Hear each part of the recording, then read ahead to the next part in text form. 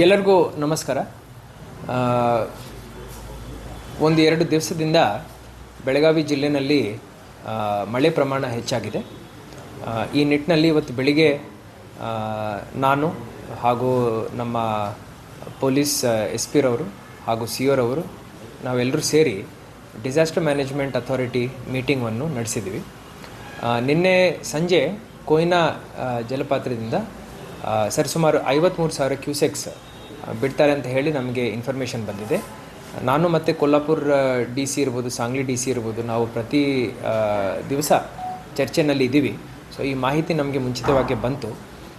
ಈ 53,000 ನಮ್ಮ ಜಿಲ್ಲೆಗೆ ಬಂದು ಮುಟ್ಲಿಕ್ಕೆ ಸರಿಸುಮಾರು 40 ತಾಸು ತಗೊಳುತ್ತೆ, 40 ಗಂಟೆ ತಗೊಳುತ್ತೆ. ಮುನ್ನೆಚ್ಚರಿಕೆ ವಹಿಸಿ ನಮ್ಮ ವಾಟರ್ ರಿಸೋರ್ಸಸ್ ACS ಸಾಹೇಬರು ಈಗಾಗಲೇ ಆಲ್ಮಟ್ಟಿ ಡ್ಯಾಮಿಂದ 1.5 ಲಕ್ಷ ಕ್ಯೂಸೆಕ್ಸ್ ಬೆಳಿಗ್ಗೆಯಿಂದನೇ ಬಿಡೋದನ್ನು ಶುರು ಮಾಡಿದ್ದಾರೆ. ಚೀಫ್ ಇಂಜಿನಿಯರ್ ಅವರು ಆದೇಶವನ್ನು ಪಾಲನೆ ಮಾಡ್ತಾಯಿದ್ದಾರೆ. ಈಗ ಸದ್ಯಕ್ಕೆ ನಮ್ಮ ರಾಜಾಪುರ ಬ್ಯಾರೇಜ್ ಹತ್ರ ಸರಿಸುಮಾರು ಒಂದು 70,000 ಕ್ಯೂಸೆಕ್ಸ್ ನೀರು ಹರಿತಾ ಇದೆ. ಈಗ ಕಳ್ಳೋಳ್ ಬ್ರಿಡ್ಜ್ ಹತ್ರ ವೇದಗಂಗಾ ದೂದ್ಗಂಗಾ 2 ನದಿಗಳನ್ನು ಜೋಡಿಸ್ಕೊಂಡು ಸರಿಸುಮಾರು 93,000 ಕ್ಯೂಸೆಕ್ಸ್ ನೀರು ಹರಿತಾ ಇದೆ. ಇದೆಲ್ಲ ಹೋಗಿ ಘಟಪ್ರಭಾ ಎಲ್ಲ ಜೋಡಣೆ ಆಗಿ ಹಿಪ್ಪರ್ಗಿ ಮುಖಾಂತರ ಆಲ್ಮಟ್ಟಿಗೆ ಹೋಗಿ ಸೇರಿಕೊಳ್ಳುತ್ತೆ. ನಮ್ಮ ಕೃಷ್ಣಾ ನದಿನಲ್ಲಿ ನಮ್ಮ ಅಲರ್ಟ್ ಬರೋದು 2 ಲಕ್ಷ ಕ್ಯೂಸೆಕ್ಸ್ಗೆ. ಸೊ ಸದ್ಯಕ್ಕೆ ಯಾವುದೇ ಆತಂಕದ ಪರಿಸ್ಥಿತಿ ಕೃಷ್ಣಾ ಕ್ಯಾಚ್ಮೆಂಟಲ್ಲಿ ಇಲ್ಲ. ಎಲ್ಲ ಮುನ್ನೆಚ್ಚರಿಕೆಯನ್ನು ನಾವು ಜಿಲ್ಲಾಡಳಿತದಿಂದ ನಾವು ವಹಿಸಿದ್ದೀವಿ.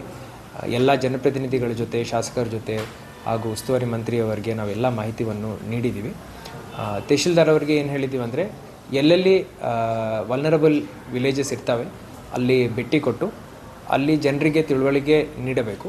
ನೀರಿನ ಪ್ರಮಾಣ ಹೆಚ್ಚಾಗ್ಬೋದು, ಇನ್ನೊಂದು 50-60 ಸಾವಿರ ಕ್ಯೂಸೆಕ್ಸ್ ಹೆಚ್ಚಾಗುತ್ತೆ ಮಹಾರಾಷ್ಟ್ರದಿಂದ ನೀರು ಬರೋ ಕಾರಣಕ್ಕಾಗಿ.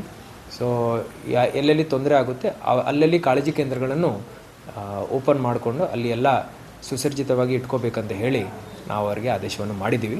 ಎಲ್ಲ ತಹಶೀಲ್ದಾರ್ಗಳು ಫೀಲ್ಡ್ನಲ್ಲಿದ್ದಾರೆ, ಕೆಲಸ ಮಾಡ್ತಾಯಿದ್ದಾರೆ. ಪೊಲೀಸ್ ಇಲಾಖೆಯೂ ಫೀಲ್ಡ್ನಲ್ಲಿದೆ. ಇದಲ್ಲದೆ ಘಟಪ್ರಭಾ ನದಿನಲ್ಲಿ ಘಟಪ್ರಭಾ ಹಾಗೂ ಮಾರ್ಕಂಡೇಯ 2 ನದಿಗಳ ಮುಖಾಂತರ ನಾವು ಲೋಳ್ಸೂರು ಬ್ರಿಡ್ಜ್ ಹತ್ರ ನಾವು ಮಾಹಿತಿಯನ್ನು ಎಷ್ಟು ನೀರು ಹರಿತಾ ಇದೆ ಅದನ್ನು ನೋಡ್ಕೊಳ್ತೀವಿ. ಹಿಡ್ಕಲ್ಲಿಂದ ಸರಿಸುಮಾರು 28,000 ಕ್ಯೂಸೆಕ್ಸ್ ಬರ್ತಾಯಿದೆ. ಮತ್ತು ಮಾರ್ಕಂಡೆ ಎಲ್ಲ ಜೋಡಿಸ್ಕೊಂಡು 43,000 ಕ್ಯೂಸೆಕ್ಸ್ ಈಗ ಲೋಳ್ಸೂರು ಬ್ರಿಡ್ಜ್ ಹತ್ರ ರೆಕಾರ್ಡ್ ಆಗ್ತಾಯಿದೆ. ಅಲ್ಲಿನೂ ನಮ್ಮ ಗೇಜ್ ಇದೆ. ಸೊ ಇದು ಗೋಕಾಕ್ ಟೌನ್ಗಂತ ಸ್ವಲ್ಪ ಮುಂಚೆ ಬರುತ್ತೆ. ಗೋಕಾಕ್ ಟೌನ್ ಎಫೆಕ್ಟ್ ಆಗೋದು 53,000 ಕ್ಯೂಸೆಕ್ಸ್ಗೆ. ಸೊ ನಾವು ಗೋಕಾಕ್ ತಹಶೀಲ್ದಾರ್ ಅವರಿಗೆ ಹೇಳಿದ್ದೀವಿ ಅಲರ್ಟಲ್ಲಿರಬೇಕು. ಅಲ್ಲಿ ಸ್ವಲ್ಪ ಲೋ ಲೈಯಿಂಗ್ ಏರಿಯಾಸ್ ಇದ್ದಾವೆ, ಮೀಟ್ ಮಾರ್ಕೆಟ್ ಇದೆ. ಲಾಸ್ಟ್ ಟೈಮ್ ಅಲ್ಲಿ ಅವರಿಗೆ ಸ್ವಲ್ಪ ತೊಂದರೆ ಆಯಿತು. ಸೊ ಆ ಜನರಿಗೆ ಮುಂಚಿತವಾಗಿ ಮುನ್ಸೂಚನೆ ಕೊಟ್ಟು ಅವರಿಗೆ ಮುನ್ಸಿಪಲ್ ಶಾಲೆ ಒಂದಿದೆ ಗೋಕಾಕಲ್ಲಿ. ನಾವೆಲ್ಲರೂ ಲಾಸ್ಟ್ ಟೈಮ್ ಅಲ್ಲಿ ಕಾಳಜಿ ಕೇಂದ್ರಕ್ಕೆ ಹೋಗಿ ನೋಡಿ ಬಂದಿದ್ದೀವಿ. ಸೊ ಅದೇ ರೀತಿಯ ಉತ್ತಮ ವ್ಯವಸ್ಥೆ ಈ ವರ್ಷವೂ ಮಾಡ್ಕೋಬೇಕಂತ ಹೇಳಿ ನಾನು ತಹಶೀಲ್ದಾರ್ ಅವರಿಗೆ ಹೇಳಿದ್ದೀನಿ. ಅವರು ಫೀಲ್ಡ್ನಲ್ಲೇ ಇದ್ದಾರೆ. ಈಗ ಲೋಳ್ಸೂರು ಬ್ರಿಡ್ಜ್ ಹತ್ರನೂ ಸದ್ಯಕ್ಕೆ ಆತಂಕದ ಪರಿಸ್ಥಿತಿ ಏನಿಲ್ಲ. ಬಿಕಾಸ್ ಇನ್ನೂ 2-3 ಫೀಟ್ ಕೆಳಗಡೆನೇ ಇದೆ ನೀರು. ಸೊ ನಾವು ಮಾನಿಟರ್ ಮಾಡ್ತಾಯಿದ್ದೀವಿ. ಇವತ್ತು ನಾಳೆ ರೆಡ್ ಅಲರ್ಟ್ ಇದೆ ಜಿಲ್ಲೆಯಲ್ಲಿ. ಸೊ ಜನರು ಬಹಳ ಅವಶ್ಯಕತೆ ಇದೆ ಅಂತ ಮಾತ್ರ ಹೊರಗಡೆ ಬರಬೇಕು. ಅದರ್ವೈಸ್ ಭಾಳ ಮಳೆ ಆಗ್ತಾಯಿದೆ. ಮಕ್ಕಳಿಗೆ, ವಿದ್ಯಾರ್ಥಿನಿಯರಿಗೆ ಎಲ್ಲರಿಗೂ ನಾವು ರಜೆ ಘೋಷಣೆ ಮಾಡಿದ್ದೀವಿ. ಎಲ್ಲರೂ ನಾಳೆ ಮಾಡಲಿಕ್ಕೆ ನಾನು ಇವತ್ತು ಸಂಜೆ ಮಾನಿಟರ್ ಮಾಡ್ತೀನಿ. ಎಲ್ಲ ಮಾಹಿತಿಯನ್ನು ಸಂಗ್ರಹಣೆ ಮಾಡಿ ಸಂಜೆ ಅವಶ್ಯಕತೆ ಇದೆ ಅಂದರೆ ಆವಾಗ ನಾನು ಡಿಕ್ಲೇರ್ ಮಾಡ್ತೀನಿ. ಭಾಳ ಮುಂಚಿತವಾಗಿ ನಾನು ಡಿಕ್ಲೇರ್ ಮಾಡಿ ಕೊಡ್ತೀನಿ. ಈಗ ನಮ್ಮ ರೈತ ಬಾಂಧವರು ಇರ್ತಾರೆ, ಅವರು ಮೋಟರ್ ಆನ್ ಮಾಡಲಿಕ್ಕೆ, ಬೋರ್ ಆನ್ ಮಾಡಲಿಕ್ಕೆ ನದಿ ಬದಿಗೆ ಹೋಗ್ತಾರೆ. ಸೊ ಅದನ್ನು ಅವಾಯ್ಡ್ ಮಾಡಬೇಕು. ಈಗ ಮಳೆ ಆಗ್ತಾಯಿದೆ ಮತ್ತು ಬೋರ್ ಚಲಾಯಿಸೋ ಅವಶ್ಯಕತೆ ಬರಲ್ಲ. ಸೊ ಆದರೂ ಹೋಗ್ತಾರೆ, ಅಭ್ಯಾಸ ಇರುತ್ತೆ, ಹೋಗ್ತಾರೆ. ಸೊ ಅವರು ಹೋಗಬಾರ್ದು. ಜೊತೆಯಲ್ಲಿ ಬಹಳ ಅವಶ್ಯಕತೆಯಿಂದ ಮಾತ್ರ ಹೊರಗಡೆ ಬರಬೇಕು. ಎಲ್ಲಿ ಗುಂಡಿ ಇದೆ ಏನು ಗೊತ್ತಾಗಲ್ಲ ನೀರಿದ್ದಾಗ. ಸ್ವಲ್ಪ ನೋಡಿಕೊಂಡು ಎಚ್ಚರಿಕೆ ವಹಿಸಬೇಕು. ಜೊತೆಯಲ್ಲಿ ಕಂದಾಯ ಇಲಾಖೆಯಿಂದ ಇರ್ಬೋದು, ಪೊಲೀಸ್ ಇಲಾಖೆಯಿಂದ ಇರ್ಬೋದು, ಫೈರ್ ಡಿಪಾರ್ಟ್ಮೆಂಟಿಂದ ಇರ್ಬೋದು, ನಾವು ಯಾವುದೇ ಸೂಚನೆ ಕೊಡ್ತಾ ಇದ್ದೀವಿ ಅಂದರೆ ಅದಕ್ಕೆ ಜನರು ಬಹಳ, ನಮ್ಮ ಜಿಲ್ಲೆಯ ಜನರು ಪ್ರಜ್ಞಾವಂತರು, ಎಲ್ಲ ತಿಳುವಳಿಕೆ ಇರೋವರು.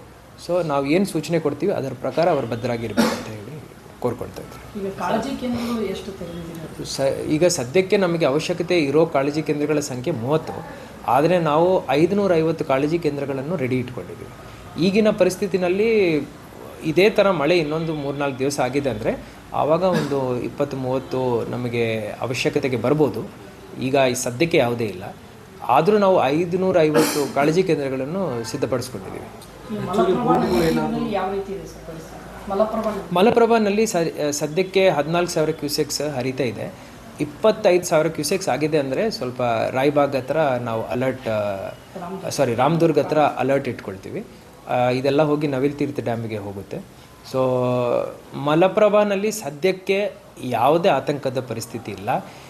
ಇದು ಮಲಪ್ರಭಾ ಕ್ಯಾಚ್ಮೆಂಟ್ ನೋಡಬೇಕಂದ್ರೆ ಇದು ವಾಡಿಕೆ ಮಲೆ. ಸೊ ಇಷ್ಟು ಇದರದ್ದು ಅಭ್ಯಾಸ ಎಲ್ಲರಿಗೂ ಇದೆ, ಜನರಿಗೂ ಗೊತ್ತಿದೆ. ಸ್ವಲ್ಪ ಕಾಳಜಿಯಿಂದ ಇರಬೇಕಂತ ಕೋರ್ಕೊಳ್ತೇವೆ. ದುರದೃಷ್ಟವಶಾತ್ತು ಒಬ್ಬ ಮಹಿಳೆ ಡೆತ್ ಆಗಿದೆ. ಸೊ ಅದು ಭಾಳ ಶಿಥಿಲಾವಸ್ಥೆಯಲ್ಲಿರೋ ಮನೆಯಲ್ಲಿ ವಾಸ ಮಾಡ್ತಾಯಿದ್ರು, ಗುಡ್ಡದ ಪಕ್ಕದಲ್ಲಿ ವಾಸ ಮಾಡ್ತಾಯಿದ್ರು. ಸೊ ನಾವು ಸಾಂತ್ವನವನ್ನು ಹೇಳ್ತೀವಿ, ಜೊತೆಯಲ್ಲಿ ಅವರ ಇಬ್ಬರು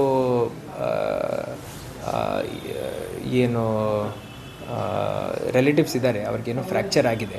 ಸೊ ಅವ್ರಿಗೆ ಹಾಸ್ಪಿಟಲಲ್ಲಿ ಟ್ರೀಟ್ಮೆಂಟ್ ಕೊಡಲಿಕ್ಕೆ ನಾನು ತಹಶೀಲ್ದಾರ್ ಅವರಿಗೆ ಹೇಳಿದ್ದೀನಿ. ಪರಿಹಾರನೂ ನಾನು ಇಮಿಡಿಯೇಟ್ಲಿ ಕೊಡಲಿಕ್ಕೆ ಹೇಳಿದ್ದೀನಿ. ಡೆತ್ ಕೇಸಲ್ಲಿ ಪರಿಹಾರ ಏನು ಕೊಡ್ತೀವಿ, ಇಂಜುರಿ ಆಗಿ ಹಾಸ್ಪಿಟಲೈಸ್ ಆಗಿ 7 ದಿವಸ ಅವ್ರು ಹಾಸ್ಪಿಟಲಲ್ಲಿ ಇದ್ದಾರೆ ಅಂದರೆ ಅದಕ್ಕೂ ಅವಕಾಶ ಇದೆ. ಅದನ್ನು ನಾನು ತಹಶೀಲ್ದಾರ್ ಜೊತೆ ಇವತ್ತು ಬೆಳಿಗ್ಗೆ ಮೀಟಿಂಗ್ ಮಾಡಿ ಅವ್ರಿಗೂ ಪರಿಹಾರ ನೀಡಬೇಕಂತ ಹೇಳಿ ಆದೇಶ ಮಾಡಿದ್ದೀನಿ.